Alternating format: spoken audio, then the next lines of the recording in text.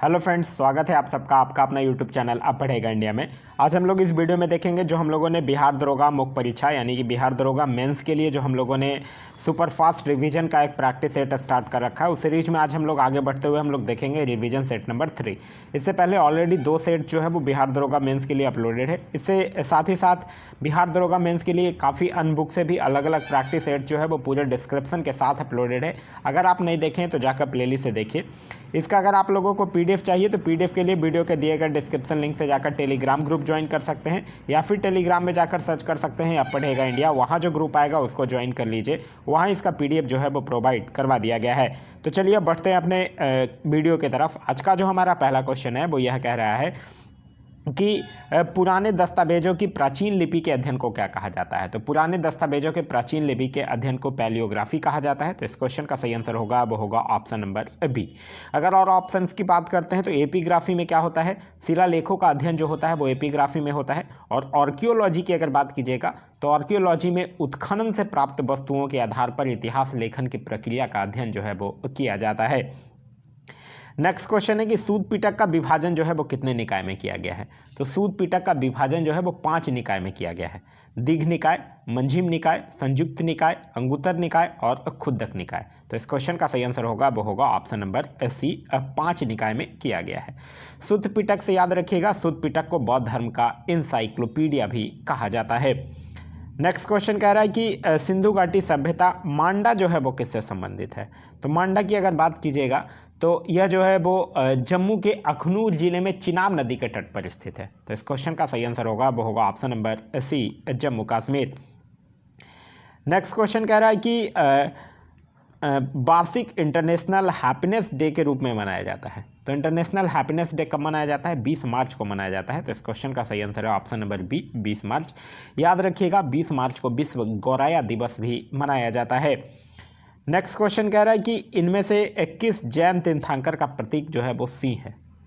तो सिंह किसके हैं, जो महावीर स्वामी जो जैन धर्म के 24वें और अंतिम तीर्थंकर हुए थे, उन्हीं का प्रतीक चिन्ह जो है वो सिंह है। तो इस क्वेश्चन का जो सही आंसर होगा वो होगा ऑप्शन नंबर बी, महावीर जो होगा वो इस क्वेश्चन का सही आंसर होगा।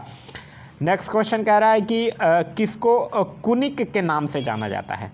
तो कुनिक के नाम से किसको जाना जाता है, अजातशत्रु को जाना जाता है। तो इस क्वेश्चन का सही आंसर होगा वो होगा option number C, Ajatashatru. Ajatashatru से आप लोगों ने पढ़े भी होंगे कि अजातशत्रु जो था वो जो हर्यक वंश का संस्थापक था बिंबिसार, वो अजातशत्रु का पिता था और उसी की हत्या करके मगध साम्राज्य का शासक बन जाता है अजातशत्रु।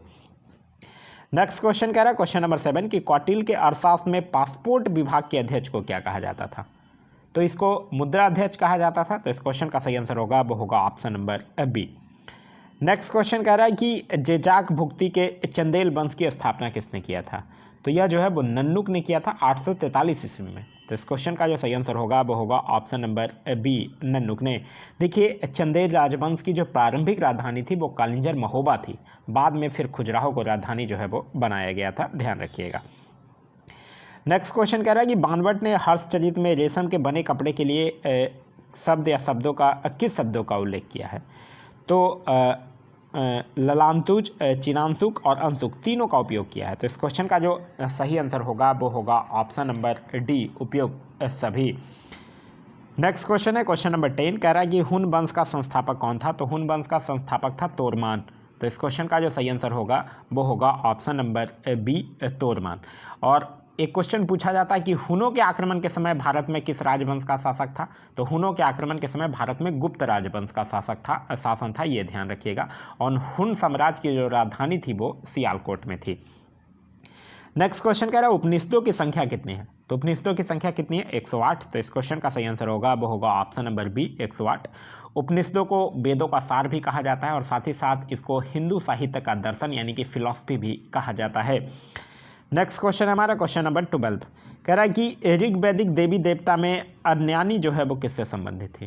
तो यह जो है वो जंगल की देवी के रूप में संबंधित थी। तो इस क्वेश्चन का जो सही आंसर होगा वो होगा ऑप्शन नंबर सी, जंगल की देवी के रूप में।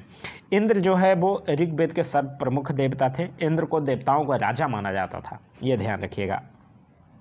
आगे कह रहा है कि प्राचीन भारत के अनुसार काम का अर्थ क्या है। तो प्राचीन भारत के अनुसार काम का अर्थ जो है वो संभोग है। तो इस क्वेश्चन का जो सही आंसर होगा वो होगा ऑप्शन नंबर सी, संभोग। नेक्स्ट क्वेश्चन कह रहा है कि 23वें जैन तीर्थंकर पार्श्वनाथ का प्रतीक क्या था। यहाँ 23वें जैन तीर्थंकर का जो प्रतीक था वो था सर्पफन। तो इस क्वेश्चन का सही आंसर होगा वो होगा ऑप्शन नंबर सी, सर्पफन। एक और याद रखिएगा, जो जैन धर्म के प्रथम तीर्थंकर थे ऋषभदेव, उनका प्रतीक चिन्ह जो था वो साढ़ था, और अभी हम लोगों ने देखा था कि महावीर स्वामी का प्रतीक चिन्ह जो है वो सिंह है। आगे कह रहा है अकबर के दरबार का नवरत्न जो अब्दुल रहीम खान खाना था वो किसका पुत्र था। तो अब्दुल रहीम खान खाना जो था वो बैरम खान का पुत्र था। तो इस क्वेश्चन का जो सही आंसर होगा वो होगा option number B, Bairam Khan का पुत्र था। अब्दुल रहीम खान खाना को अकबर जो था वो मीर अर्ज के पद पर भी नियुक्त किया था। नेक्स्ट क्वेश्चन कह रहा है कि किस शासक को साहिब बेखबर के नाम से जाना जाता है। साहिब बेखबर के नाम से जाना जाता है बहादुर शाह प्रथम या शाह आलम प्रथम को, जिसको कि मस्त राजा या साहिब बेखबर के नाम से जाना जाता है, जिसको मुअज्जम प्रथम भी कहा गया है। तो इस क्वेश्चन का जो सही आंसर होगा वो होगा ऑप्शन नंबर ए, शाह आलम प्रथम। नेक्स्ट क्वेश्चन कह रहा है निम्नलिखित में से किस एक में रजत नहीं होता है। तो जर्मन सिल्वर में रजत नहीं होता है। तो इस क्वेश्चन का सही आंसर होगा वो होगा option number B, German silver. German silver जो है वो तांबा, जिंक और निकल का एक मिश्र धातु है। नेक्स्ट क्वेश्चन कह रहा है कि कैगा परमाणु ऊर्जा संयंत्र का संचालन जो है वो कौन कंपनी कर रही है। तो कैगा जो परमाणु ऊर्जा संयंत्र है उसका संचालन जो है वो भाभिनी कंपनी कर रही है। भाभिनी का पूरा नाम होता है भारतीय नाभिकीय विद्युत निगम लिमिटेड, और कैगा परमाणु ऊर्जा संयंत्र की अगर बात करते हैं तो यह कर्नाटक राज्य में काली नदी के किनारे निर्मित है। नेक्स्ट क्वेश्चन कह रहा है कि शंखबाकार ठोस के गुरुत्व केंद्र की स्थिति जो है वो कहाँ होती है। तो यह जो है वो शंकु के अक्ष के पर आधार से 1/4 ऊंचाई की दूरी पर होती है। तो इस क्वेश्चन का सही आंसर होगा वो होगा option number B. Next question कह रहा है कि हाइड्रोलिक लिफ्ट जो है वो किस सिद्धांत पर आधारित है। तो हाइड्रोलिक लिफ्ट जो है वो पास्कल के सिद्धांत पर आधारित है। तो इस क्वेश्चन का सही आंसर होगा वो होगा ऑप्शन नंबर बी, पास्कल के सिद्धांत पर। ध्यान रखिएगा, hydraulic brake, hydraulic press, hydraulic lift, ये सब जो है वो पास्कल के सिद्धांत पर ही कार्य करते हैं। नेक्स्ट क्वेश्चन कह रहा है कि जब कोई वस्तु जो है वो किसी द्रव में डुबोई जाती है तो उस पर कितने बल कार्य करते हैं। तो उस पर 2 बल कार्य करता है। एक वस्तु का भार W जो कि नीचे की ओर लगने वाला बल होता है, और दूसरा जो बायोंट फोर्स होता है वो ऊपर की ओर लगने वाला बल होता है, जिसको कि उत्प्लावन बल कहा जाता है। तो इस क्वेश्चन का जो सही आंसर होगा वो होगा option number B. Next question कह रहा है कि एक ही पदार्थ के विभिन्न अणुओं के मध्य लगने वाले अंतरान्विक आकर्षण बल को क्या कहा जाता है। तो इसको सहसंजक बल यानी कि कोहेसिव फोर्स कहा जाता है। तो इस क्वेश्चन का सही आंसर होगा वो होगा ऑप्शन नंबर बी, सहसंजक बल। देखिए, सहसंजक बल के गुण के कारण ही पारा के अणु जो है वो आसानी से बूंद के रूप में पाया जाता है तथा प्रवाहित नहीं होता है। नेक्स्ट क्वेश्चन कह रहा है मिलान करने के लिए एक साइड भौतिक राशि दिए हैं, दूसरे साइड एसआई मात्रक दिया गया है। बल की अगर बात कीजिएगा तो यह न्यूटन के साथ मैच करेगा। संवेग की बात कीजिएगा तो किलोग्राम मीटर प्रति सेकंड के साथ मैच करेगा, और प्रतिबल की बात कीजिएगा तो न्यूटन पर मीटर स्क्वायर के साथ मैच करेगा। नेक्स्ट क्वेश्चन कह रहा है कि निम्नलिखित अणुओं में से कौन सा एक विद्युत का मंद चालक नहीं है, यह पूछ रहा है। मंद चालक यानी कि अच्छा सुचालक है, कौन है। तो सिलीनियम जो है वो विद्युत का एक अच्छा सुचालक है। तो इस क्वेश्चन का जो सही आंसर होगा वो होगा option number B. Next question कह रहा है मिलान करने के लिए एक साइड गति है, दूसरे साइड उदाहरण दिया गया है। बीमीय गति की अगर बात करते हैं तो सड़क पर दौड़ती कार जो है वो एक बीमीय गति का उदाहरण है। द्विबीमीय गति की अगर बात करते हैं तो सूर्य का चक्कर लगाता ग्रह जो है वो द्विबीमीय गति का उदाहरण है। और त्रिबीमीय गति की अगर बात करते हैं तो आकाश में उड़ता हुआ जो पक्षी है वो त्रिबीमीय गति की उदाहरण है। तो इस तरह से इस क्वेश्चन का जो सही आंसर होगा वो होगा option number B. Next question कह रहा है कि यदि किसी पिंड का प्रारंभिक वेग जो है वो 5 मीटर पर सेकंड है और उसमें उत्पन्न त्वरण जो है वो 4 मीटर प्रति सेकंड स्क्वायर हो, तो 20वें सेकंड में पिंड की दूरी जो है वो तय करेगा। आपने एक पढ़ा होगा u + 1/2 2n-1। इस पर अगर आप सॉल्व कर लीजिएगा तो इसका आंसर जो आएगा वो आएगा 43 मीटर। तो इस क्वेश्चन का सही आंसर होगा वो होगा option number B. Next question कह रहा है कि चूसक तना का उदाहरण है। तो आलू जो है वो चूसक तना का उदाहरण है। तो इस क्वेश्चन का सही आंसर होगा वो होगा ऑप्शन नंबर डी, आलू। नेक्स्ट क्वेश्चन कह रहा है कि संयुक्त पुष्पक्रम का उदाहरण है। तो संयुक्त पुष्पक्रम का उदाहरण है अंगूर बेल। तो इस क्वेश्चन का सही आंसर होगा वो होगा ऑप्शन नंबर सी। और अंगूर का वनस्पति नाम क्या होता है। बिटिस विनिफेरा जो है वो अंगूर का एक वनस्पति नाम होता है।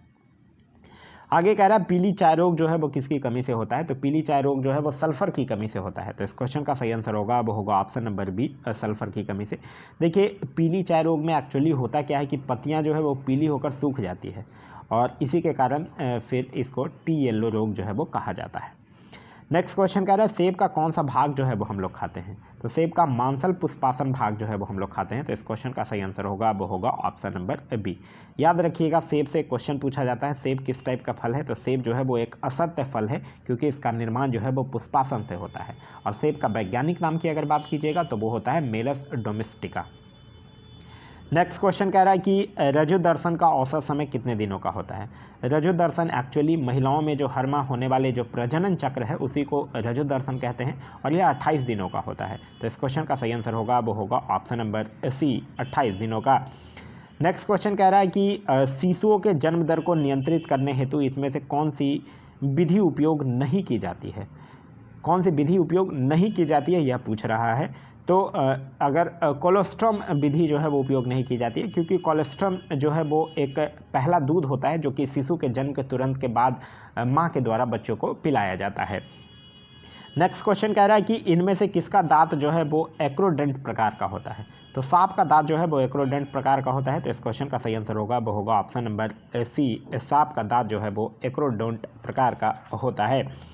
नेक्स्ट क्वेश्चन है क्वेश्चन नंबर 34, कह रहा है यकृत के बिल्कुल नीचे छोटी पेशीय थैलूनुमा संरचना होती है उसे क्या कहा जाता है, तो उसको पित्ताशय कहा जाता है। तो इस क्वेश्चन का सही आंसर होगा वो होगा ऑप्शन नंबर सी, पित्ताशय कहा जाता है।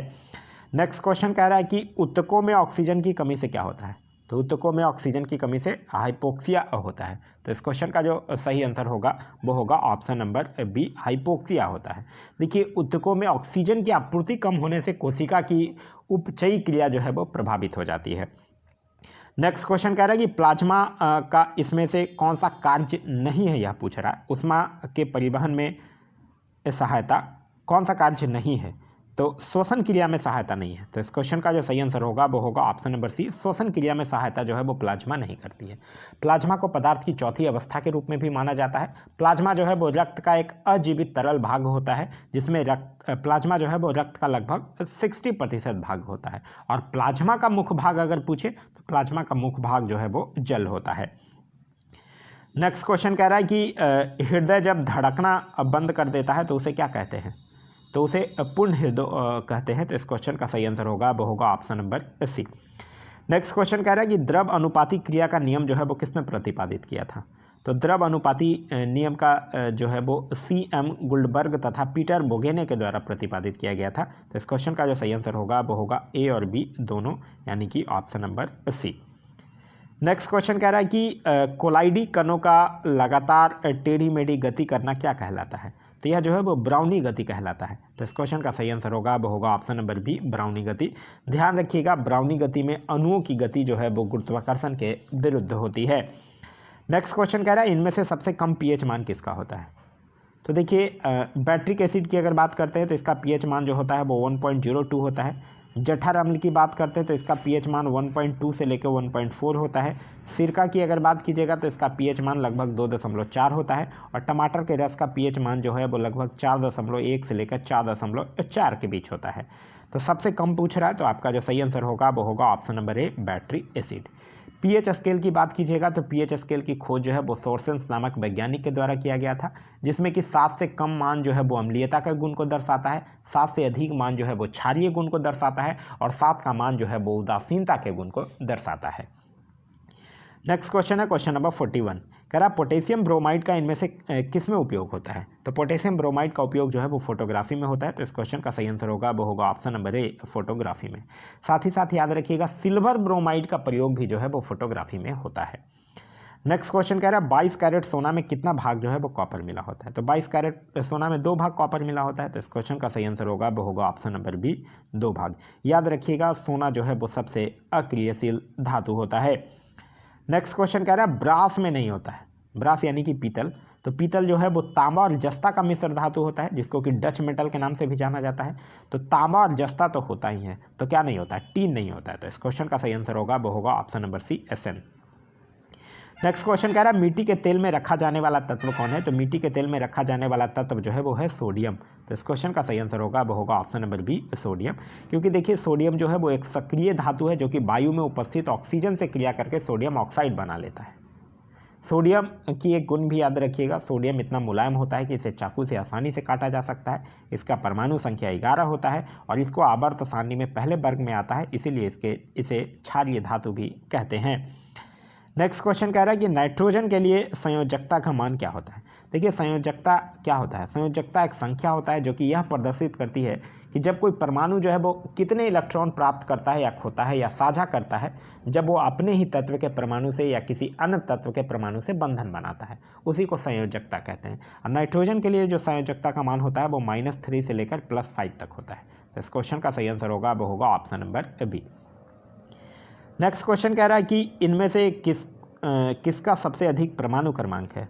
Si यानी कि सिलिकॉन की अगर बात कीजिएगा तब है 14, Sn की बात कीजिएगा मतलब टीन, तो टीन का परमाणु क्रमांक है 50, Ge यानी जर्मेनियम, तो जर्मेनियम का है 32 और Pb यानी लीड का है 82।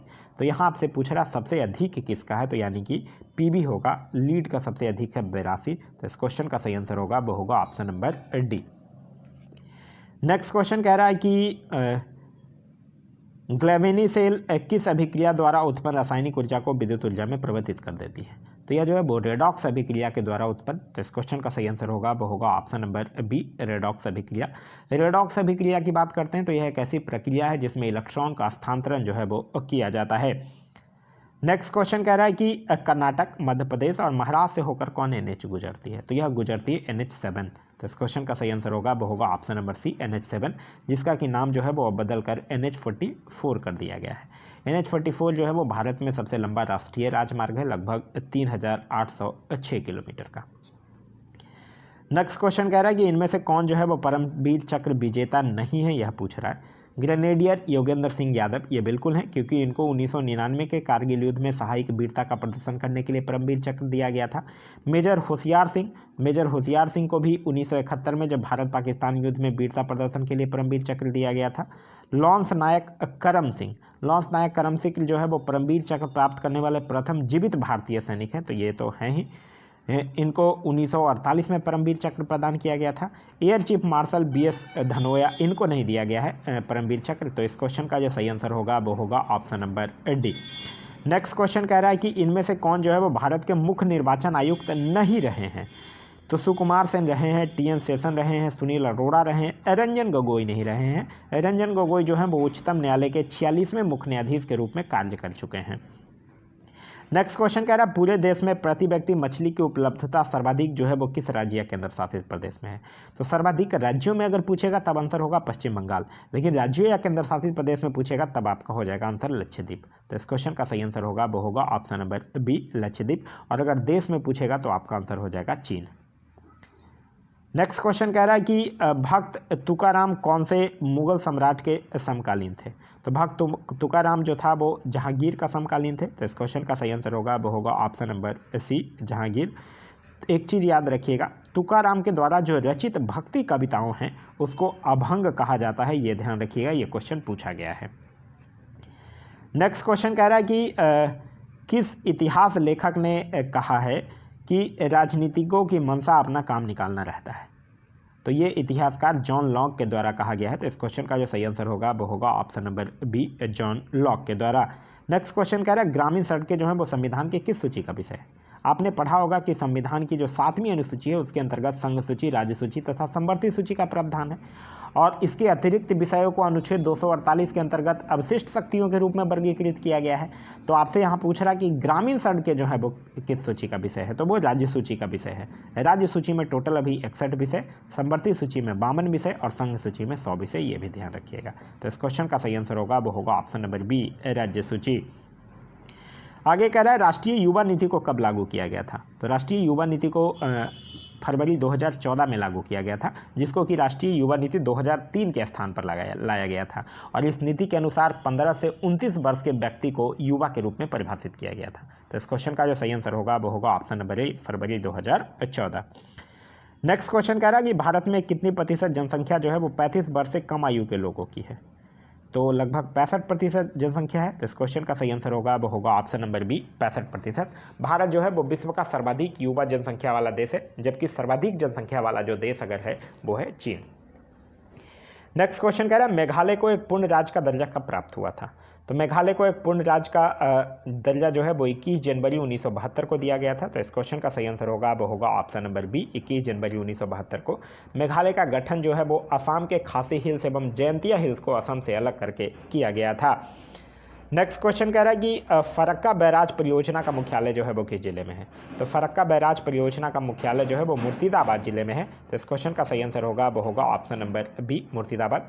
यह परियोजना जो है वो भारत और बांग्लादेश के बीच एक विवाद का विषय बना हुआ रहता है। नेक्स्ट क्वेश्चन कह रहा है भारतीय हवाई अड्डा प्राधिकरण यानी एयरपोर्ट अथॉरिटी ऑफ इंडिया किस प्रकार का सार्वजनिक उपक्रम का क्षेत्र है। तो यह जो है वो मिनी रत्न श्रेणी प्रथम प्रकार का है। तो इस क्वेश्चन का जो सही आंसर होगा वो होगा ऑप्शन नंबर सी। और जो एयरपोर्ट अथॉरिटी ऑफ इंडिया है इसकी स्थापना जो है वो 1995 में किया गया था और अभी फिलहाल इसके जो अध्यक्ष हैं उनका नाम है संजीव कुमार। नेक्स्ट क्वेश्चन कह रहा है कि गगन क्या है। गगन की अगर बात कीजिएगा तो गगन जो है वो जीपीएस आधारित एक संवर्धित मार्ग निर्देशन प्रणाली है, जिसको कि इसरो और एयरपोर्ट अथॉरिटी ऑफ इंडिया के द्वारा संयुक्त रूप से विकसित किया गया है और 2015 में लॉन्च किया गया था। तो इस क्वेश्चन का जो सही आंसर होगा वो होगा ऑप्शन नंबर बी जीपीएस आधारित संवर्धित मार्ग निर्देशन प्रणाली है। आगे कह रहा है कि उत्तर पश्चिम मंडल रेलवे का मुख्यालय जो है वो कहाँ पे है। देखिए उत्तर पश्चिम मंडल रेलवे का मुख्यालय जयपुर में है। तो इस क्वेश्चन का सही आंसर होगा वो होगा ऑप्शन नंबर बी जयपुर में। चेन्नई से याद रखिएगा दक्षिणी रेलवे का मुख्यालय चेन्नई में है। गोरखपुर से याद रखिएगा पूर्वोत्तर रेलवे का मुख्यालय जो है वो गोरखपुर उत्तर प्रदेश में है। और प्रयागराज से याद रखिएगा उत्तर मध्य रेलवे का मुख्यालय जो है वो प्रयागराज में है। नेक्स्ट क्वेश्चन कह रहा है इनमें से क्रायोजेनिक इंजन में किसका उपयोग नहीं होता है। तो सुपर कंडक्टिंग इलेक्ट्रॉन का उपयोग जो है वो क्रायोजन इंजन के रूप में नहीं होता है। तो इस क्वेश्चन में सही आंसर होगा वो होगा option number C. Next question कह रहा है आकाशवाणी का विविध भारती नामक चैनल का शुरुआत कब हुआ। तो आकाशवाणी का विविध भारत नामक जो चैनल है वो 3 अक्टूबर 1957 को शुरू किया गया था। तो इस क्वेश्चन का जो सही आंसर होगा वो होगा ऑप्शन नंबर ए 3 अक्टूबर 1957 को। भारत में पहली बार रेडियो प्रसारण जो था वो 1927 में हुआ था।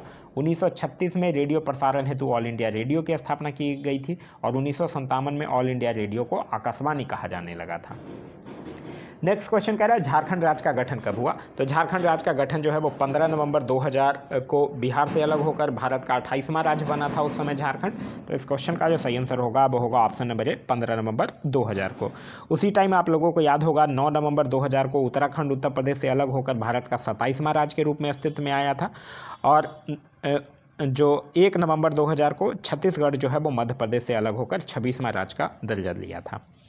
नेक्स्ट क्वेश्चन कह रहा है कि ओलंपिक खेलों के पदक विजेता को सरकार प्रति माह कितना पेंशन देती है। तो यह प्रति माह 20,000 रुपये देती है। तो इस क्वेश्चन का सही आंसर होगा वो होगा ऑप्शन नंबर ए 20,000 रुपये। नेक्स्ट क्वेश्चन कह रहा है कि छुआछूत या अपराध कानून 1995 संविधान के किस अनुच्छेद से संबंधित है। तो अस्पृश्यता का अंत किस में है, अनुच्छेद 17 में है। तो इस क्वेश्चन का सही आंसर होगा वो होगा ऑप्शन नंबर डी अनुच्छेद 17 में। नेक्स्ट क्वेश्चन कह रहा है कि गंगा का प्रवाह जो है प्रमुख प्रवाह कितने राज्यों से होकर गुजरता है। तो गंगा का प्रमुख प्रवाह जो है वो 5 राज्यों से होकर गुजरता है। वो 5 राज्य की अगर बात करते हैं तो यह जो गंगा नदी है वो उत्तराखंड स्थित गौमुखी हिमानी से निकलती है, जिसको कि गंगोत्री कहा जाता है। और उत्तराखंड के अलावा फिर गंगा नदी जो है वो उत्तर प्रदेश, बिहार, झारखंड तथा पश्चिम बंगाल में प्रवाहित होते हुए बंगाल की खाड़ी में जाकर गिर जाती है। तो इस क्वेश्चन का जो सही आंसर होगा वो होगा ऑप्शन नंबर बी 5। याद रखिएगा गंगा नदी की जो लंबाई है वो 2525 किलोमीटर है। नेक्स्ट क्वेश्चन कह रहा है कि चंद्रमा का घूर्णन काल और परिक्रमण काल। तो चंद्रमा का घूर्णन काल और परिक्रमण काल जो होता है वो लगभग सामान्य होता है 27 दिन और 8 घंटा, मतलब देखा जाए तो 27.3 दिन के बराबर होता है। तो इस क्वेश्चन का जो सही आंसर होगा वो होगा ऑप्शन नंबर ए सामान्य होता है। नेक्स्ट क्वेश्चन कह रहा है कि परिक्रमण अवधि के अनुसार ग्रहों का आरोही क्रम क्या है। देखिए परिक्रमण अवधि के अनुसार ग्रहों का आरोही क्रम पूछेगा तो सबसे पहले हो जाएगा बुध, फिर शुक्र, फिर मंगल, फिर शनि, यानी ऑप्शन नंबर ए जो होगा वो आपका सही आंसर होगा। नेक्स्ट क्वेश्चन कह रहा है ऑरोरा बोरियलिस की घटना जो है वो किस मंडल में देखने के लिए मिलता है।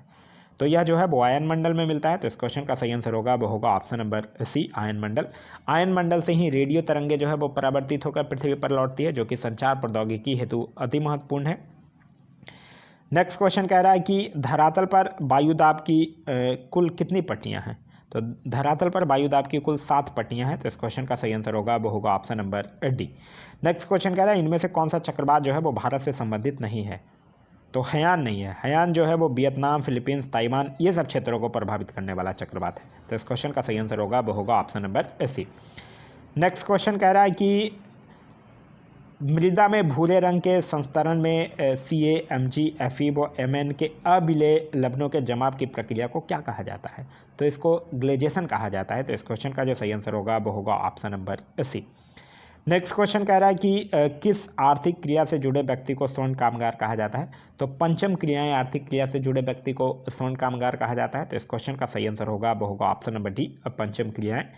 नेक्स्ट क्वेश्चन कह रहा है कि मक्का के उत्पादन के लिए इनमें से भौगोलिक परिस्थितियां अनुकूल नहीं है।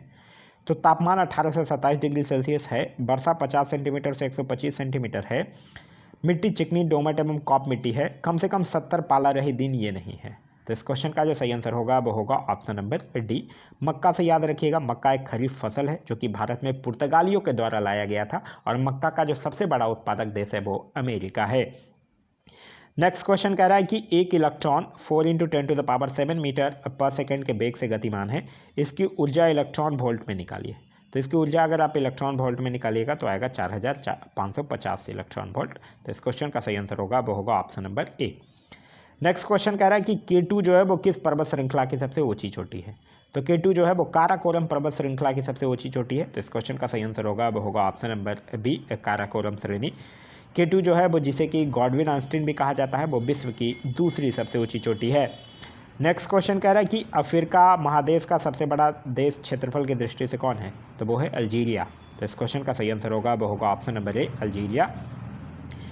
नेक्स्ट क्वेश्चन कह रहा है कि पामीर के पठार के पश्चिम दिशा में क्या है। तो पामीर के पठार में पश्चिम दिशा में है हिंदू कुश। तो इस क्वेश्चन का सही आंसर होगा वो होगा ऑप्शन नंबर सी, पामीर के पठार को दुनिया का छत भी कहा जाता है। नेक्स्ट क्वेश्चन कह रहा है उत्तर अमेरिका की गहनतम बिंदु समुद्र तल से कौन है। तो वो है डेथ वैली। तो इस क्वेश्चन का सही आंसर होगा वो होगा option number B, Death valley.